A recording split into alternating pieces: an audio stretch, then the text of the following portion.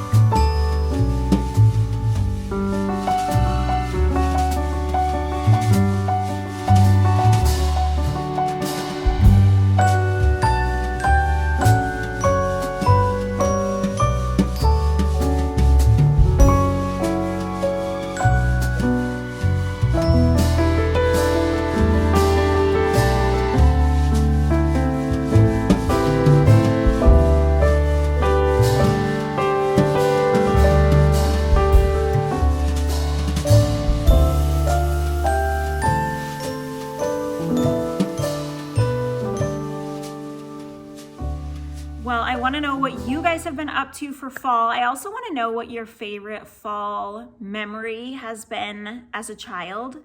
If you could think of something that you connotate with fall as a child. So for me, we didn't really go trick-or-treating as a child, but my mom would do a scavenger hunt for us in the house. So she would buy like little gifts, little candies, little things, like a stuffed animal. I remember one year we got this cute little black cat stuffed animal, and she would hide it like in the living room, and we would get to go find the little fall gifts that we got. My mom is a really good gift giver. I think that's one of her ways to love and serve other people in her family. And so we had so much, my sister and I had so much fun with that when we were kids. So that's probably my favorite fall memory. But now as an adult, going to the pumpkin patch, like I showed you guys, is something my kids and I look forward to every year. We went on opening week because we just are so excited for it. I'm so excited for it. So I wanted to share with you guys also something that I hope will be encouraging to you with whatever you feel like is kind of your struggle, biggest struggle in the season you're in. And for me, it's always anxiety is my struggle. And I feel like this morning I prayed about wanting, or at least I was thinking about it. Did I pray about it? Something I wanted to share, just like scripture or like encouragement with you guys.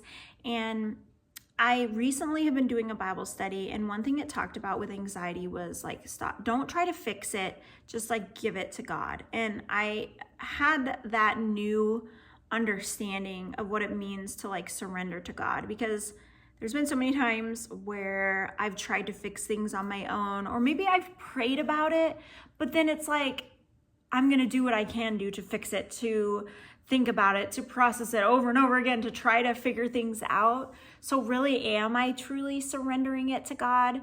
And I know that part of surrendering to God is like listening for his voice and asking him, what do you want me to do? So there's a part that is like an act of faith. There's obedience. There's most importantly, like being in prayer, being in the word. That's our part to play when we're asking God to help us overcome something. Like we have to let him pour back into us through his word and reach out to him through prayer. But I also feel like there's this just missing element of just like fully surrendering to God and not using like prayer as like a plan B. Like I'm going to do all the stuff I can do to fix it, and then prayer is my backup plan. And I don't think any of us that are following God would like say that, but isn't that sometimes how we live?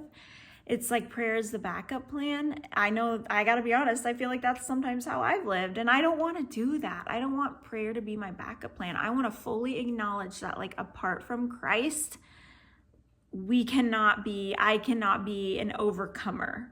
It's only through Christ and his work that he is the one that does the healing. He is the one that helps us overcome struggles that we have in our life.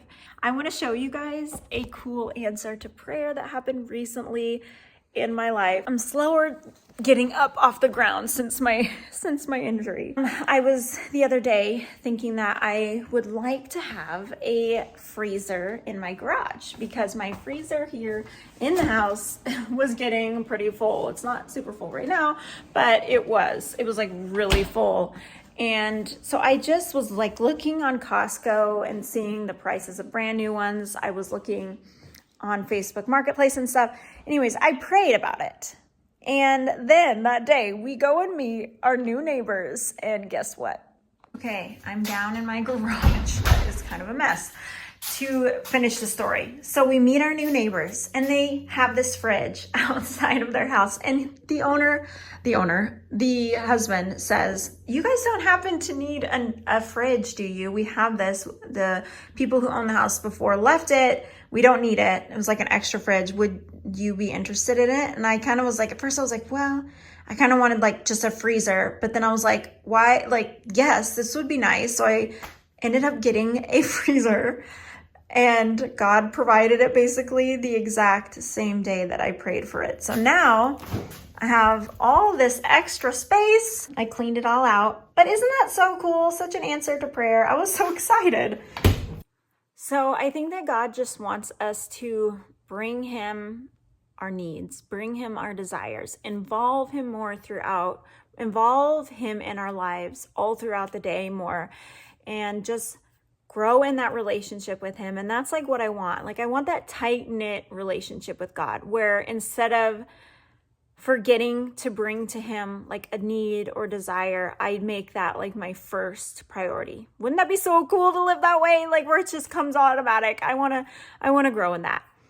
So also on a totally different note, I want to show you guys this devotional that I've been enjoying. It's called Morning and Evening, the Classic Daily Devotional by Charles Spurgeon. We're getting into the months where we maybe have a little bit more time at home. Maybe not. Maybe this is a season where you're ramping up. But I really like that this has a morning and evening little study. And it's so short to read. And what's so cool is sometimes he will talk about like whatever the concept he's talking about for the evening, and he'll say something about like, and tonight, like go to sleep in peace or something like that. And it's like so comforting and encouraging. Now, this is definitely written in like older English. Even the scripture verses are written in older English, but I have been greatly enjoying it. I did a video on Charles Spurgeon one time and his struggle with depression. And so it's interesting to read this study, having learned a little bit about him, but highly recommend. And it's so pretty. It would make a really nice gift. My sister actually got this for me and I've been greatly enjoying it. So just had to share that. So I went thrifting the other day and I got these jeans. I'm not 100% sure. They sometimes kind of like show the zipper and that's not a great look, but they're pretty comfy and you can't beat $2. So I wanted to show you guys these that I got. And I got this sweater that I'm so excited about. Look at how pretty that is. And I love long cardigans like this for the winter. I like the split hem there. It makes a cool design. Now you never know if it's going to be a kind of sweater that gets like saggy in the elbows. So I'm hoping it won't be too bad with that. But for $2, you guys, at the thrift store. I just love it. I was so excited to find this. I also got this Calvin Klein. It's just like a very lightweight sweatshirt. I wasn't like 100% sold on it. Let me know what you guys think. I think I'm getting past the stage of like having huge logos, but I like that it's kind of like faded and it's thin. So with the weather being nicer, I'm like, I need more lightweight sweaters. So I may end up just wearing this when I get back to cleaning houses. It's nice to have things that I'm like not totally obsessed with, but work nice for cleaning. But I think it's actually, you know, pretty cute, not too bad, nice condition. I'm not going to try this on, but I thrifted this as well. I wanted like some more long sleeve shirts, so I found just this basic tan long sleeve shirt. I love wearing these kind of things under sweaters in the winter. They're great. I have to show you guys this one more fun fall thing I got. I love Winnie the Pooh. I've never told you guys that. I had a Winnie the Pooh decorated room for a long time growing up, and this book is the cute Halloween, just fun vibes that I like. And it's just so cute. Piglet overcomes, well, he's the hero in this book. And it's so sweet. 25 cents at the thrift store. Got to read it to the kids and enjoy that. Do you have a fall book that you love reading to your kids during this time of year? I was so excited that I found this. I mean, it's not, I wish it was a hardback, but it's so cute. So I want to end this video on giving you just an update on my foot. I am free of the boot. Should I burn the boot? What should I do with the boot? No, I'm just kidding. I would not do that. I'm actually keeping it for a little while in case for some reason I might need it, which I don't know why I would, but you just never know. I went to the doctor on Monday and that was really exciting to have that freedom. So he gave me the freedom to not wear the boot at home a month ago, but I had to wear it like if I went out places. And so it's really nice to not have to do that anymore. My foot is still swollen, so not all of my shoes are the most comfortable. I know I'll get there, but I'm not quite there yet. But I'm hoping to go back to work at the beginning of next month. So I'd love prayers for that because I'm still working at getting my strength back. I'm still working on getting more of that movement back in my foot. I'm going to show you guys these exercises I did this morning so when I went to physical therapy yesterday, I told them I wanted to be challenged more. And so they gave me some new things to do, and it's crazy. You're gonna see here in these. Look at it's my left leg, but the camera's flipped around, so it looks like my right leg. But yeah, it's my left leg. It's just, the flexibility is not there. Me doing these lunges is like, I can't bend my leg very deep into that lunge stretch. So I have a ways to go still. I mean, my doctor, when I saw him, he was like, this is a pretty significant injury that you've had. And my range of motion for my toe, so the tendon that I broke powers the big toe. And I'm at like a 3.5 out of a 5 for that movement. I feel like it's even less than that, but that's what he said. Like my good foot, my toe can go up very easily and high, and my bad toe can go like this, like and so I'm really hoping that I'll get more of that movement back, but he said you may never get your full movement back. Tendon injuries are no joke, you guys. Just don't be around knives like I was, and you'll be fine. But it's like just crazy. And I'm really glad when this injury happened that I did not know how long the healing process would be, because it's just, I make improvements, but there's a next goalpost of working on this, working on that. And I'm thankful for the time and era that we live in. It's funny, my doctor said, I'm so glad, I can't imagine if this happened 100 years ago. And he goes, yeah. Because I said I would be a cripple probably if this happened 100 years ago. He said, you probably would have gotten your toe cut off. He said they cut off people's toes for, what's that called? Ingrown toenails. I was like, seriously? That is crazy.